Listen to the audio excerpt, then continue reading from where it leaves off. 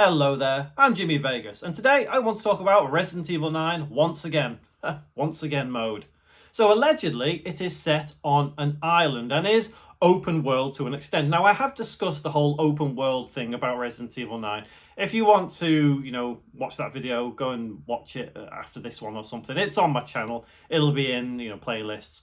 But I want to address the idea of it being set on an island. Now this brings back memories of Resident Evil Code Veronica. And yes, we all know the first half was set on the prison island, Rockfort Island. Second half was in Antarctica.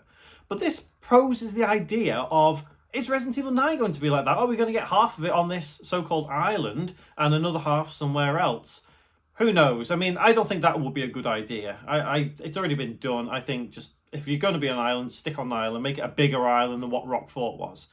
And that kind of ties into the idea of it being open world, because if it was set on an island, much like how Code Veronica was very linear, very focused. There was no exploration around, you couldn't go wandering off somewhere. You had to stick to the paths. And maybe that's what Resident Evil 9 is taking inspiration from. Now, I want to talk about Resident Evil 4 as well in this video, because I think it's very, very important to understand what Capcom is doing. And if Resident Evil 9 is indeed set on an island, then I truly believe the next game will be Code Veronica. Please, let me explain. We have to go back to Resident Evil Village. Now, when we first heard about Resident Evil Village being set in a village, a lot of us had the idea of, oh, that sounds a little bit like Resident Evil 4. And I still stand by the fact that Village was a test run to see if Resident Evil 4 would work. I.e. the idea of Village in Resident Evil 4, the first bit you enter. Well, I do believe that all of that tied together, because some of the assets, they are very reminiscent in Resident Evil Village of Resident Evil 4. So they could gauge just how well that would work. So, moving on to Resident Evil 9, if it was set on an island, well, what other Resident Evil set on an island? Code Veronica. Is Resident Evil 9 a test to see if the Code Veronica remake will work? It's hard to say. It genuinely is hard to say. It's just a theory. A game theory. That's not this channel. Ignore that. But I like the idea of it being set on an island. I think it's a good idea. Because I loved Code Veronica. There's no doubt about that. But the rumours are all saying that it is set on an island and it is going to be open world. Now, let's forget Resident Evil Code Veronica. Let's forget Resident Evil 4 at this point. Let's focus just on Resident Evil 9. Would it work on an island? Would it work with zombies, wandering around this forest that's allegedly there? No, I don't think it'd have quite the same effect, but that doesn't mean to say that it wouldn't work. Resident Evil has constantly evolved what it is over the course of the last 30 years. You look at the first Resident Evil, what it was, and look at Resident Evil Village, they are just two completely separate games. They're not even comparable.